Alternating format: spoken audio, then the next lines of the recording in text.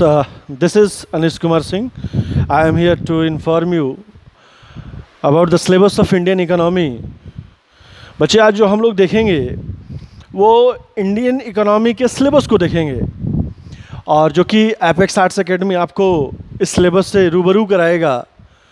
और इसलिए ताकि आज के डेट में काफ़ी ज़रूरी है क्लास 11th के बच्चों को सबसे पहला ये चीज़ पता चले कि हमें कंटेंट पढ़ना क्या है।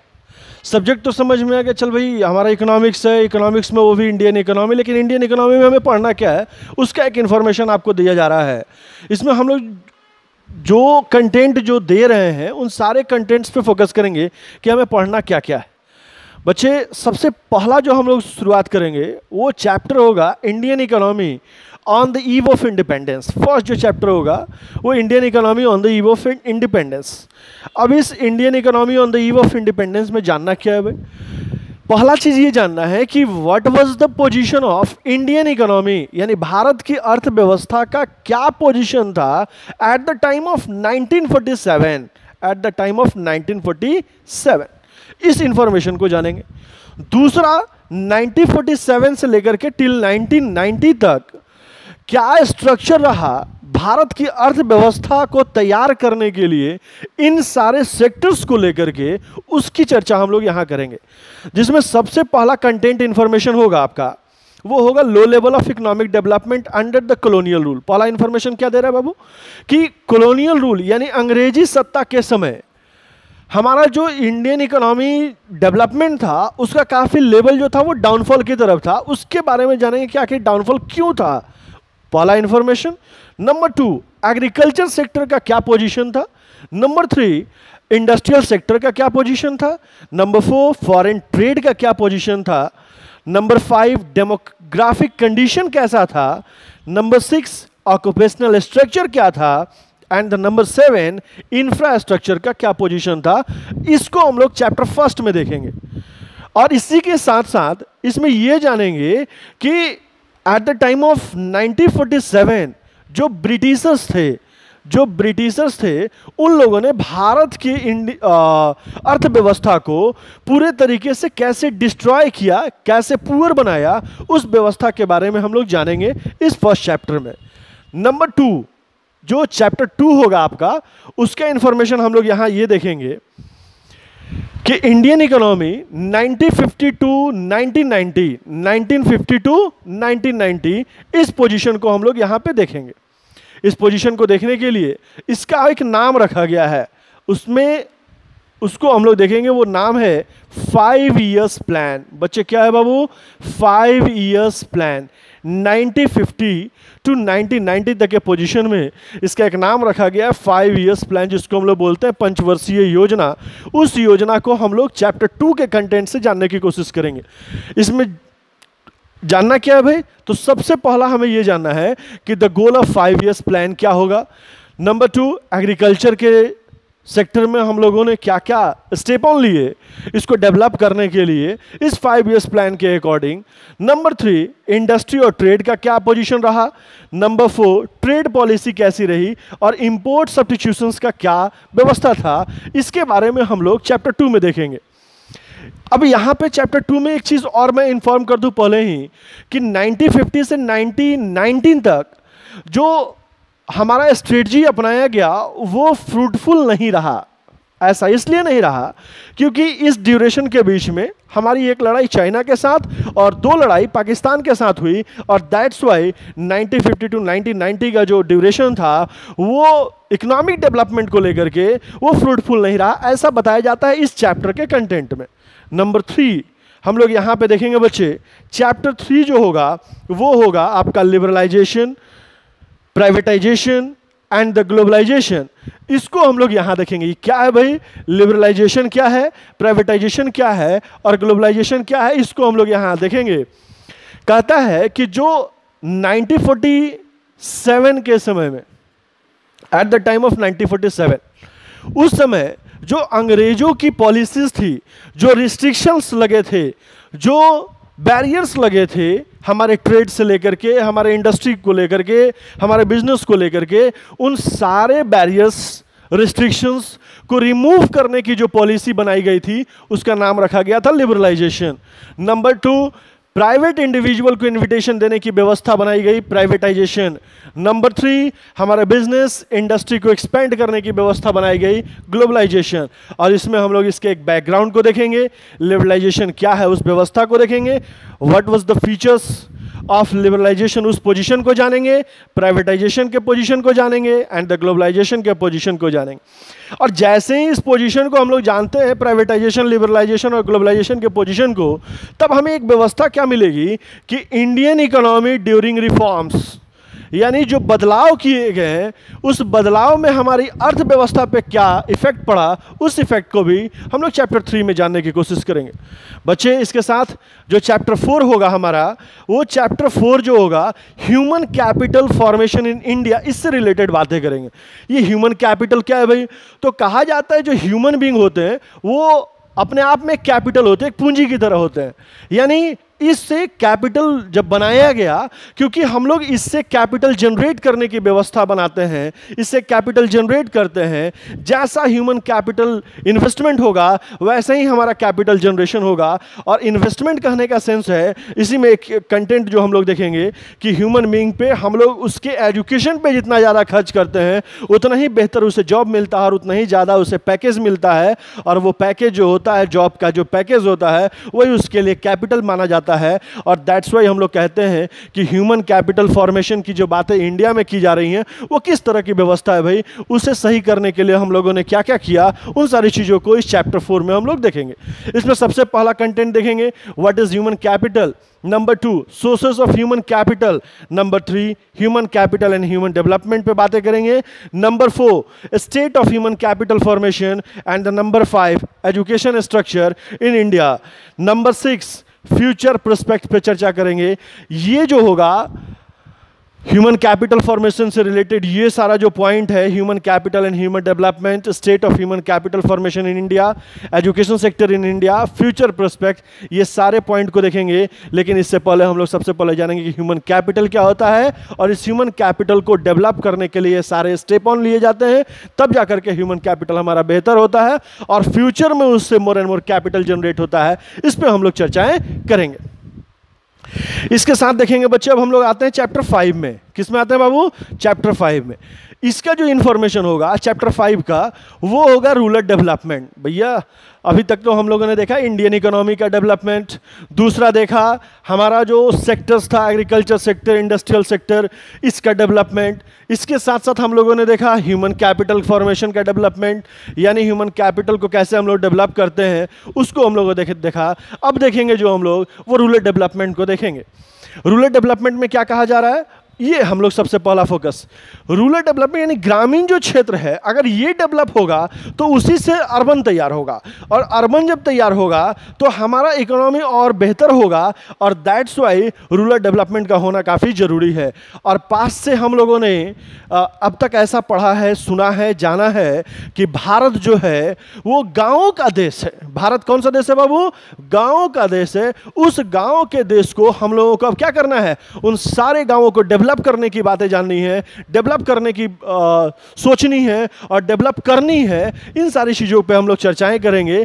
तो सबसे पहला जो इसका कंटेंट होगा वो होगा what is rural development. Rural development होता क्या है? तो भैया गाँव में पक्की सड़क हो, बिजली हो, पानी की व्यवस्था हो, और इसके साथ एजुकेशन फैसिलिटी हो, हॉस्पिटल की व्यवस्था हो, पक्के मकान की व्यवस्था हो, नल जल की व्यवस्था हो, हर एक तरीके से ड्रेनेज की व्यवस्था हो, सैनिटाइजेशन की व्यवस्था हो। यही हमारा होगा रूरल डेवलपमेंट। नंबर 2, अगर रूरल डेवलपमेंट में इसके साथ साथ हम लोग देखेंगे कि इसमें क्रेडिट फैसिलिटीज, जो फाइनेंशियल इंस्टीट्यूशन का इतना जो डेवलपमेंट किया गया ताकि क्रेडिट फैसिलिटीज ग्रामीण क्षेत्र के लोगों को दिया जाए ताकि वो अपना इन्हांसमेंट कर सके, अपना ग्रोथ कर सके और अपने मार्केट के पोजीशन को वो लोग सही कर सके।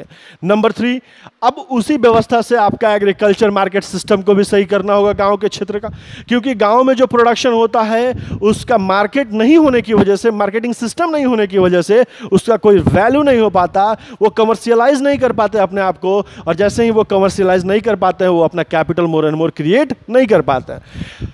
उसके बाद नंबर 4 जो देखेंगे वो है diversification into a productive activities. कैसे हम लोग एग्रीकल्चर प्रोडक्ट को प्रोडक्टिव एक्टिविटीज में चेंज करते हैं ताकि हम अब ज़्यादा से ज़्यादा कैपिटल बना सकें और उस कैपिटल से अपनी इकोनॉमी को सही कर सकें, उस पर हम लोग यहाँ चर्चा करेंगे। Next one is the sustainable development and the organic farming, इस पर हम लोग चर्चा करेंगे। बच्चे यहाँ जो अहम चीज़ें हैं जो जानने वाली, ऑर्गेनिक फार्मिंग क्या है बाबू, तो वो है कि जो हम लोग पेस्टिसाइड्स, केमिकल्स, जो फर्टिलाइजर्स जो काफ़ी एक्सेस हार्मफुल होते हैं, उनका इस्तेमाल नहीं करके जो हम लोग फार्मिंग की व्यवस्था अपनाएंगे वही होगा हमारा ऑर्गेनिक फार्मिंग। तो उसके बारे में भी हम लोग यहाँ पे देखेंगे। नंबर 6 जो होगा आपका चैप्टर होगा वो होगा employment, growth, informalisation and the other issues. इसमें एम्प्लॉयमेंट क्या होगा भाई, उस एम्प्लॉयमेंट से रिलेटेड ग्रोथ क्या होगा और उससे रिलेटेड इनफॉर्मलाइजेशन क्या होगा, उस पर हम लोग यहाँ पे चर्चा करेंगे। इस एम्प्लॉयमेंट से एम्प्लॉयमेंट का मतलब क्या, जब एक व्यक्ति किसी और के लिए काम करे, when one person work for the others in lieu of salary और वेजेस, किसके बदले में, सैलरी और वेजेस, तो that is the scene of employment, वही होगा हमारा एम्प्लॉयमेंट। अब इस एम्प्लॉयमेंट वाले व्यवस्था में हम लोग जानेंगे वर्कर्स क्या होते हैं और इसमें एम्प्लॉयमेंट क्या है। नंबर 2 जो जानेंगे participation of people in employment, उसको देखेंगे हम लोग यहाँ पे। और नंबर 3 जो देखेंगे self employed and hired workers क्या होते हैं, इसके बारे में हम लोग यहाँ पे एनालाइज करेंगे। Self employed and hired workers, उसके बाद employment in firms, factories and offices, इस पे चर्चा करेंगे। उसके बाद growth and changing structure of the employment, इस पे हम लोग चर्चा करेंगे। उसके बाद नेक्स्ट वन है इनफॉर्मलाइजेशन ऑफ इंडियन वर्कफोर्स, कैसे हम लोग भारत के वर्कफोर्स को इनफॉर्मलाइज कर रहे हैं, यानी चेंज कर रहे हैं, इनोवेट कर रहे हैं, डेवलप कर रहे हैं, उस पे हम लोग यहाँ बातें करेंगे।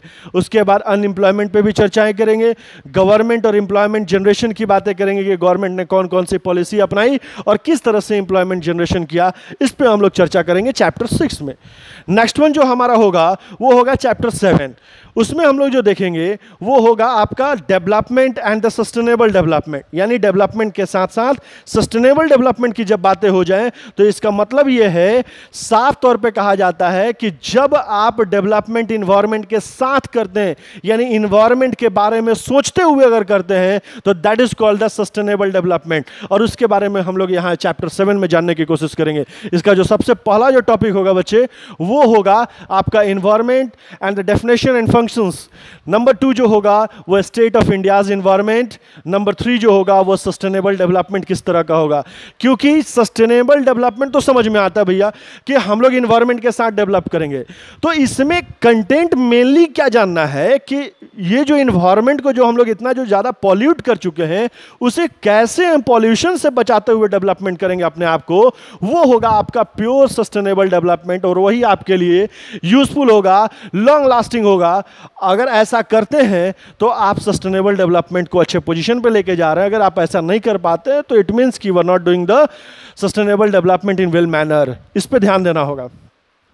उसके बाद जो हम लोग देखेंगे वो होगा स्ट्रेटजीज फॉर सस्टेनेबल डेवलपमेंट। देखिए यहाँ पे बताया भी गया, लास्ट जो टर्म है वो होगा आपका स्ट्रेटजीज क्या क्या अपनाए गए हैं सस्टेनेबल डेवलपमेंट के लिए, कुछ सेंट्रल गवर्नमेंट की तरफ से, कुछ स्टेट गवर्नमेंट की तरफ से और कुछ पब्लिक की तरफ से क्या क्या अपनाए गए, इस पे हम लोग यहाँ पे चर्चा करेंगे। जो आपका जो चैप्टर 8 होगा उसमें जो हम लोग देखेंगे बच्चा वो होगा comparative development experiences of India and it's neighbours. यानी कहने का मतलब है कि इंडिया और इसका नेबर, सबसे मेनली किस नेबर की बातें हो रही हैं, यहाँ पे बातें होंगी इंडिया की बातें होंगी, नंबर 2 चाइना की बातें होंगी जो पड़ोसी है, उसके बाद नंबर 3 पाकिस्तान की बातें होंगी, ठीक है। और इसमें ये देखेंगे हम लोग कि इंडिया, चाइना और पाकिस्तान, ये तीनों का जो डेवलपमेंट स्ट्रेटजीज है वो कैसे डिफरेंट है, और ये डिफरेंट है तो उसका मेन बेस क्या है, और इन्होंने अपने आप को डेवलप करने के लिए जितने भी स्टेप ऑन लिए, फंक्शंस अपनाए, वो फंक्शंस क्या होंगे, इसको हम लोग यहाँ देखेंगे। आखिर चाइना ने जब डेवलपमेंट स्टार्ट किया उसी के सिमिलर में इंडिया ने स्टार्ट किया और उसी में पाकिस्तान ने। चाइना इतना आगे क्यों हो गया, उससे नीचे इंडिया क्यों हो गया और उससे नीचे पाकिस्तान क्यों हो गया, इन सारी चीज़ों को हम लोग चैप्टर 8 में जानने की कोशिश करेंगे, जिसका मेन जो फर्स्ट टॉपिक होगा वो होगा डेवलपमेंटल पथ, और नंबर 2 जो होगा वो होगा डेमोग्राफिक इंडिकेटर्स। इन दोनों के मामले में इंडिया, चाइना और पाकिस्तान के रिलेशंस को जानेंगे, उसके वर्किंग एक्सपीरियंस को जानेंगे। और एक चीज़ यहाँ पे याद रखिएगा बच्चे, इंडियन इकोनॉमी के बारे में आज मेरा आना और इस बात को बताना इसलिए है कि हमारे यहाँ जो बिहार बोर्ड के बच्चे होते हैं, बिहार बोर्ड के जो बच्चे होते हैं, बच्चे मैं आपको इन्फॉर्म कर दूं कि बिहार बोर्ड के जो बच्चे हैं जिनके लिए इंडियन इकोनॉमी है, वो इंडियन इकोनॉमी पढ़ने के बाद इनका क्या क्या प्रिपेयर होगा यहाँ से, ये चीज़ सबसे पहले जानेंगे। बिहार बोर्ड क्लास 11th के बच्चे ये जानेंगे कि इंडियन इकोनॉमी से उनका क्या होगा। पहला, बोर्ड एग्जाम प्रिपेयर होगा। नंबर 2, CUET प्रिपेयर होगा। और नंबर 3, UPSC और BPSC बेसिक्स क्लियर होगा, उनका बेसिक क्लियर होगा। और यही चीज, यही इंडियन इकोनॉमी CBSE के बच्चों के लिए, CBSE के बच्चों के लिए जो कि क्लास 12th में पढ़ना है, लेकिन हमारी इंस्टीट्यूट इनको क्या करेगी, इसी क्लास 11th में ही उनको इंडियन इकोनॉमी से रूबरू करा देगी, मिलवा देगी, उनसे काफी क्लोज कर देगी, ताकि उनको 12th में वही चीज ज्यादा ऐसा नहीं फील हो कि नहीं ये बहुत बोला जाता है ऐसा कि हिस्ट्री की तरह, बाकी अदर सब्जेक्ट्स की तरह नहीं, ये एडजस्ट होने में थोड़ा सा टाइम लगता है, ऐसा कहीं कुछ फील नहीं होगा। दैट्स वे उनको 11th में भी पढ़ाया जाएगा और यही चीजें उनको 12th में भी पढ़ाया जाएगा। ये बच्चे भी क्लास 11th में तो पढ़ेंगे ही पढ़ेंगे, बिहार बोर्ड के बच्चे, ये एक बार और क्लास 12th में भी इस चैप्टर्स को पढ़ेंगे और इनसे उनका भी यानी बोर्ड एग्जाम, CBT और UPSC एंड BPSC जो बेसिक्स हैं ये बिल्कुल क्लियर करने की कोशिश की जाएगी। That's it, thank you. This is Anish Kumar Singh. I am here to inform you about the syllabus of Indian economy. बच्चे आज जो हम लोग देखेंगे वो इंडियन इकोनॉमी के सिलेबस को देखेंगे, और जो कि एपेक्स आर्ट्स एकेडमी आपको इस सिलेबस से रूबरू कराएगा। और इसलिए ताकि आज के डेट में काफ़ी ज़रूरी है क्लास 11th के बच्चों को सबसे पहले ये चीज़ पता चले कि हमें कंटेंट पढ़ना क्या है। सब्जेक्ट तो समझ में आ गया, चल भाई हमारा इकोनॉमिक्स है, इकोनॉमिक्स में वो भी इंडियन इकोनॉमी, लेकिन इंडियन इकोनॉमी में हमें पढ़ना क्या है उसका एक इन्फॉर्मेशन आपको दिया जा रहा है। इसमें हम लोग जो कंटेंट जो दे रहे हैं उन सारे कंटेंट्स पे फोकस करेंगे कि हमें पढ़ना क्या क्या है। बच्चे सबसे पहला जो हम लोग शुरुआत करेंगे वो चैप्टर होगा Indian economy on the eve of independence. First जो चैप्टर होगा वो Indian economy on the eve of independence. अब इस Indian economy on the eve of independence में जानना क्या है भाई, पहला चीज ये जानना है कि what was the position of Indian economy, यानी भारत की अर्थव्यवस्था का क्या पोजीशन था at the time of 1947, at the time of 1947। इस इंफॉर्मेशन को जानेंगे। दूसरा, 1947 से लेकर के टिल 1990 तक क्या स्ट्रक्चर रहा भारत की अर्थव्यवस्था को तैयार करने के लिए, इन सारे सेक्टर्स को लेकर के उसकी चर्चा हम लोग यहां करेंगे। जिसमें सबसे पहला कंटेंट इंफॉर्मेशन होगा आपका, वो होगा low level of economic development under the colonial rule. पहला इंफॉर्मेशन क्या दे रहा है बाबू कि कॉलोनियल रूल यानी अंग्रेजी सत्ता के समय हमारा जो इंडियन इकोनॉमी डेवलपमेंट था उसका काफी लेवल जो था वो डाउनफॉल की तरफ था। उसके बारे में जानेंगे कि आखिर डाउनफॉल क्यों था, पहला इंफॉर्मेशन। नंबर 2, एग्रीकल्चर सेक्टर का क्या पोजीशन था। नंबर 3, इंडस्ट्रियल सेक्टर का क्या पोजीशन था। नंबर 4, फॉरेन ट्रेड का क्या पोजीशन था। नंबर 5, डेमोग्राफिक कंडीशन कैसा था। नंबर 6, ऑक्यूपेशनल स्ट्रक्चर क्या था। एंड नंबर 7, इंफ्रास्ट्रक्चर का क्या पोजीशन था। इसको हम लोग चैप्टर फर्स्ट में देखेंगे। और इसी के साथ साथ इसमें यह जानेंगे कि एट द टाइम ऑफ 1947 जो ब्रिटिशर्स थे उन लोगों ने भारत की अर्थव्यवस्था को पूरे तरीके से कैसे डिस्ट्रॉय किया, कैसे पुअर बनाया, उस व्यवस्था के बारे में हम लोग जानेंगे इस फर्स्ट चैप्टर में। नंबर 2 जो चैप्टर 2 होगा आपका, उसका इंफॉर्मेशन हम लोग यहां ये देखेंगे कि इंडियन इकोनॉमी 1952-1990 इस पोजीशन को हम लोग यहां पे देखेंगे। इस पोजीशन को देखने के लिए इसका एक नाम रखा गया है, उसमें उसको हम लोग देखेंगे, वो नाम है 5 इयर्स प्लान। बच्चे क्या है बाबू? 5 इयर्स प्लान। 1950 टू 1990 तक के पोजीशन में इसका एक नाम रखा गया है 5 इयर्स प्लान, जिसको हम लोग बोलते हैं पंचवर्षीय योजना। उस योजना को हम लोग चैप्टर 2 के कंटेंट से जानने की कोशिश करेंगे। इसमें जानना क्या है भाई? तो सबसे पहला हमें यह जानना है कि the goal of 5 years plan क्या होगा। नंबर 2, एग्रीकल्चर के सेक्टर में हम लोगों ने क्या क्या स्टेप ऑन लिए इसको डेवलप करने के लिए इस 5 इयर्स प्लान के अकॉर्डिंग। नंबर 3, इंडस्ट्री और ट्रेड का क्या पोजीशन रहा। नंबर 4, ट्रेड पॉलिसी कैसी रही और इंपोर्ट सब्स्टिट्यूशंस का क्या व्यवस्था था। इसके बारे में हम लोग चैप्टर 2 में देखेंगे। अब यहाँ पे चैप्टर 2 में एक चीज़ और मैं इन्फॉर्म कर दूँ पहले ही कि 1950 से 1919 तक जो हमारा स्ट्रेटजी अपनाया गया वो फ्रूटफुल नहीं रहा। ऐसा इसलिए नहीं रहा क्योंकि इस ड्यूरेशन के बीच में हमारी एक लड़ाई चाइना के साथ और 2 लड़ाई पाकिस्तान के साथ हुई, और दैट्स वाई 1950 टू 1990 का जो ड्यूरेशन था वो इकोनॉमिक डेवलपमेंट को लेकर के वो फ्रूटफुल नहीं रहा, ऐसा बताया जाता है इस चैप्टर के कंटेंट में। नंबर 3 हम लोग यहाँ पे देखेंगे बच्चे, चैप्टर 3 जो होगा वो होगा आपका liberalisation, privatisation and the globalisation. इसको हम लोग यहां देखेंगे क्या है भाई, लिबरलाइजेशन क्या है, प्राइवेटाइजेशन क्या है और ग्लोबलाइजेशन क्या है, इसको हम लोग यहां देखेंगे। कहता है कि जो 1947 के समय में, एट द टाइम ऑफ 1947, उस समय जो अंग्रेजों की पॉलिसीज थी, जो रिस्ट्रिक्शंस लगे थे, जो बैरियर्स लगे थे हमारे ट्रेड से लेकर के, हमारे इंडस्ट्री को लेकर के, हमारे बिजनेस को लेकर के, उन सारे बैरियर्स रिस्ट्रिक्शंस को रिमूव करने की जो पॉलिसी बनाई गई थी उसका नाम रखा गया था लिबरलाइजेशन। नंबर 2, प्राइवेट इंडिविजुअल को इन्विटेशन देने की व्यवस्था बनाई गई, प्राइवेटाइजेशन।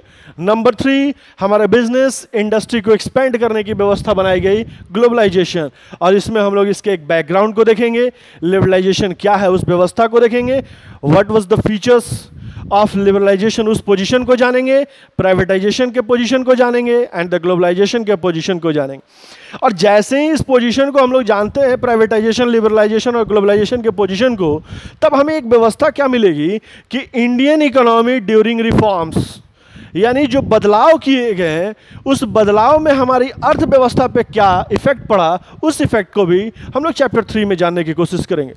बच्चे इसके साथ जो चैप्टर 4 होगा हमारा, वो चैप्टर 4 जो होगा human capital formation in India, इससे रिलेटेड बातें करेंगे। ये ह्यूमन कैपिटल क्या है भाई? तो कहा जाता है जो ह्यूमन बीइंग होते हैं वो अपने आप में कैपिटल होते हैं, एक पूंजी की तरह होते हैं।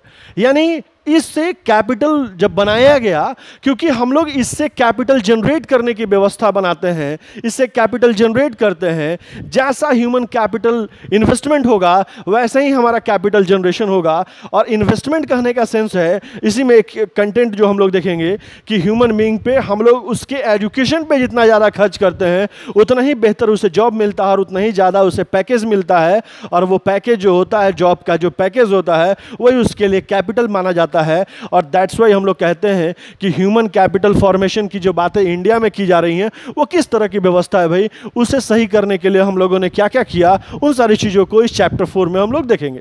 इसमें सबसे पहला कंटेंट देखेंगे what is human capital, number 2 sources of human capital, number 3 human capital and human development पे बातें करेंगे, number 4 state of human capital formation and the number 5 education structure in India, number 6 future prospect पे चर्चा करेंगे।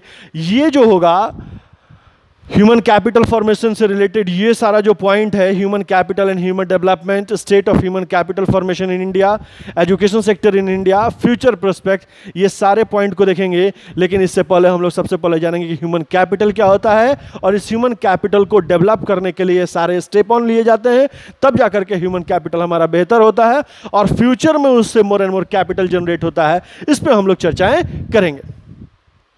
इसके साथ देखेंगे बच्चे, अब हम लोग आते हैं चैप्टर 5 में। किस में आते हैं बाबू? चैप्टर 5 में। इसका जो इंफॉर्मेशन होगा चैप्टर 5 का, वो होगा रूरल डेवलपमेंट। भैया अभी तक तो हम लोगों ने देखा इंडियन इकोनॉमी का डेवलपमेंट, दूसरा देखा हमारा जो सेक्टर्स था, एग्रीकल्चर सेक्टर, इंडस्ट्रियल सेक्टर, इसका डेवलपमेंट। इसके साथ साथ हम लोगों ने देखा ह्यूमन कैपिटल फॉर्मेशन का डेवलपमेंट, यानी ह्यूमन कैपिटल को कैसे हम लोग डेवलप करते हैं उसको हम लोगों ने देखा। अब देखेंगे जो हम लोग वो रूरल डेवलपमेंट को देखेंगे। रूरल डेवलपमेंट में क्या कहा जा रहा है, ये हम लोग सबसे पहला फोकस, रूरल डेवलपमेंट यानी ग्रामीण जो क्षेत्र है, अगर ये डेवलप होगा तो उसी से अर्बन तैयार होगा, और अर्बन जब तैयार होगा तो हमारा इकोनॉमी और बेहतर होगा, और दैट्स वाई रूरल डेवलपमेंट का होना काफ़ी ज़रूरी है। और पास से हम लोगों ने अब तक ऐसा पढ़ा है, सुना है, जाना है कि भारत जो है वो गाँवों का देश है। भारत कौन सा देश है बाबू? गाँवों का देश है। उस गाँव के देश को हम लोगों को अब क्या करना है, उन सारे गाँवों को डेवलप करने की बातें जाननी है, डेवलप करने की सोचनी है और डेवलप करनी है। इन सारी चीजों पे हम लोग चर्चाएं करेंगे। तो सबसे पहला जो इसका कंटेंट होगा वो होगा what is rural development. Rural development होता क्या है? तो भैया गांव में पक्की सड़क हो, बिजली हो, पानी की व्यवस्था हो, और इसके साथ एजुकेशन फैसिलिटी हो, हॉस्पिटल की व्यवस्था हो, पक्के मकान की व्यवस्था हो, नल जल की व्यवस्था हो, हर एक तरीके से ड्रेनेज की व्यवस्था हो, सैनिटाइजेशन की व्यवस्था हो। यही हमारा होगा रूरल डेवलपमेंट। नंबर 2, अगर रूरल डेवलपमेंट में इसके साथ साथ हम लोग देखेंगे कि इसमें क्रेडिट फैसिलिटीज, जो फाइनेंशियल इंस्टीट्यूशन का इतना जो डेवलपमेंट किया गया, ताकि क्रेडिट फैसिलिटीज ग्रामीण क्षेत्र के लोगों को दिया जाए ताकि वो अपना इन्हांसमेंट कर सके, अपना ग्रोथ कर सके और अपने मार्केट के पोजीशन को वो लोग सही कर सके। नंबर 3, अब उसी व्यवस्था से आपका एग्रीकल्चर मार्केट सिस्टम को भी सही करना होगा गांव के क्षेत्र का, क्योंकि गांव में जो प्रोडक्शन होता है उसका मार्केट नहीं होने की वजह से, मार्केटिंग सिस्टम नहीं होने की वजह से उसका कोई वैल्यू नहीं हो पाता, वो कमर्शियलाइज नहीं कर पाते अपने आप को, और जैसे ही वो कमर्शियलाइज नहीं कर पाते हैं वो अपना capital more and more create नहीं कर पाते हैं। उसके बाद नंबर 4 जो देखेंगे वो है diversification into a productive activities. कैसे हम लोग एग्रीकल्चर प्रोडक्ट को प्रोडक्टिव एक्टिविटीज में चेंज करते हैं ताकि हम अब ज़्यादा से ज़्यादा कैपिटल बना सकें और उस कैपिटल से अपनी इकोनॉमी को सही कर सकें, उस पर हम लोग यहाँ चर्चा करेंगे। Next one is the sustainable development and the organic farming, इस पर हम लोग चर्चा करेंगे। बच्चे यहाँ जो अहम चीज़ें हैं जो जानने वाली, ऑर्गेनिक फार्मिंग क्या है बाबू, तो वो है कि जो हम लोग पेस्टिसाइड्स, केमिकल्स, जो फर्टिलाइजर्स जो काफ़ी एक्सेस हार्मफुल होते हैं, उनका इस्तेमाल नहीं करके जो हम लोग फार्मिंग की व्यवस्था अपनाएंगे वही होगा हमारा ऑर्गेनिक फार्मिंग। तो उसके बारे में भी हम लोग यहाँ पे देखेंगे। नंबर 6 जो होगा आपका चैप्टर होगा वो होगा employment, growth, informalisation and the other issues. इसमें एम्प्लॉयमेंट क्या होगा भाई, उस एम्प्लॉयमेंट से रिलेटेड ग्रोथ क्या होगा और उससे रिलेटेड इनफॉर्मलाइजेशन क्या होगा, उस पर हम लोग यहाँ पे चर्चा करेंगे। इस एम्प्लॉयमेंट से एम्प्लॉयमेंट का मतलब क्या है? जब एक व्यक्ति किसी और के लिए काम करे, when one person work for the others in lieu of salary और वेजेस, किसके बदले में? सैलरी और वेजेस। तो that is the scene of employment, वही होगा हमारा एम्प्लॉयमेंट। अब इस एम्प्लॉयमेंट वाले व्यवस्था में हम लोग जानेंगे वर्कर्स क्या होते हैं और इसमें एम्प्लॉयमेंट क्या है। नंबर 2 जो जानेंगे participation of people in employment, उसको देखेंगे हम लोग यहाँ पे। और नंबर 3 जो देखेंगे self employed and hired workers क्या होते हैं, इसके बारे में हम लोग यहाँ पे एनालाइज करेंगे। Self employed and hired workers, उसके बाद employment in firms, factories and offices, इस पे चर्चा करेंगे। उसके बाद growth and changing structure of the employment, इस पे हम लोग चर्चा करेंगे। उसके बाद नेक्स्ट वन है इनफॉर्मलाइजेशन ऑफ इंडियन वर्कफोर्स, कैसे हम लोग भारत के वर्कफोर्स को इनफॉर्मलाइज कर रहे हैं यानी चेंज कर रहे हैं, इनोवेट कर रहे हैं, डेवलप कर रहे हैं, उस पे हम लोग यहाँ बातें करेंगे। उसके बाद अनएम्प्लॉयमेंट पे भी चर्चाएं करेंगे, गवर्नमेंट और एम्प्लॉयमेंट जनरेशन की बातें करेंगे कि गवर्नमेंट ने कौन कौन सी पॉलिसी अपनाई और किस तरह से एम्प्लॉयमेंट जनरेशन किया, इस पे हम लोग चर्चा करेंगे चैप्टर 6 में। नेक्स्ट वन जो हमारा होगा वो होगा चैप्टर 7।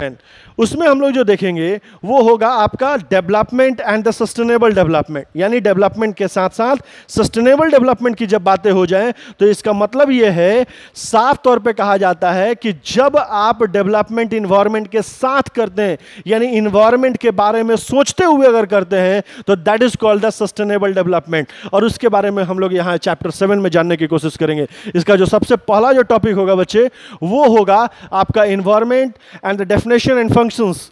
नंबर 2 जो होगा वो state of India's environment. Number 3 जो होगा वो सस्टेनेबल डेवलपमेंट किस तरह का होगा, क्योंकि सस्टेनेबल डेवलपमेंट तो समझ में आता है भैया कि हम लोग इन्वायरमेंट के साथ डेवलप करेंगे, तो इसमें कंटेंट मेनली क्या जानना है कि ये जो इन्वायरमेंट को जो हम लोग इतना जो ज़्यादा पॉल्यूट कर चुके हैं उसे कैसे हम पॉल्यूशन से बचाते हुए डेवलपमेंट करेंगे अपने आप को, वो होगा आपका प्योर सस्टेनेबल डेवलपमेंट, और वही आपके लिए यूजफुल होगा, लॉन्ग लास्टिंग होगा। अगर ऐसा करते हैं तो आप सस्टेनेबल डेवलपमेंट को अच्छे पोजीशन पे लेके जा रहे हैं। अगर आप ऐसा नहीं कर पाते हैं तो इट मीन्स कि we are not doing the sustainable development in well manner. इस पे ध्यान देना होगा। उसके बाद जो हम लोग देखेंगे वो होगा स्ट्रेटजीज फॉर सस्टेनेबल डेवलपमेंट। देखिए यहां पे बताया भी गया, लास्ट जो टर्म है वो होगा आपका स्ट्रेटजीज क्या क्या अपनाए गए हैं सस्टेनेबल डेवलपमेंट के लिए, कुछ सेंट्रल गवर्नमेंट की तरफ से, कुछ स्टेट गवर्नमेंट की तरफ से और कुछ पब्लिक की तरफ से क्या क्या अपनाए गए, इस पे हम लोग यहां पे चर्चा करेंगे। जो आपका जो चैप्टर 8 होगा उसमें जो हम लोग देखेंगे बच्चा वो होगा comparative development experiences of India and it's neighbours. यानी कहने का मतलब है कि इंडिया और इसका नेबर, सबसे मेनली किस नेबर की बातें हो रही हैं, यहाँ पे बातें होंगी इंडिया की बातें होंगी, नंबर 2 चाइना की बातें होंगी जो पड़ोसी है, उसके बाद नंबर 3 पाकिस्तान की बातें होंगी, ठीक है। और इसमें ये देखेंगे हम लोग कि इंडिया, चाइना और पाकिस्तान ये तीनों का जो डेवलपमेंट स्ट्रेटजीज है वो कैसे डिफरेंट है, और ये डिफरेंट है तो उसका मेन बेस क्या है, और इन्होंने अपने आप को डेवलप करने के लिए जितने भी ये स्टेप ऑन लिए, फंक्शंस अपनाए, वो फंक्शंस क्या होंगे, इसको हम लोग यहाँ देखेंगे।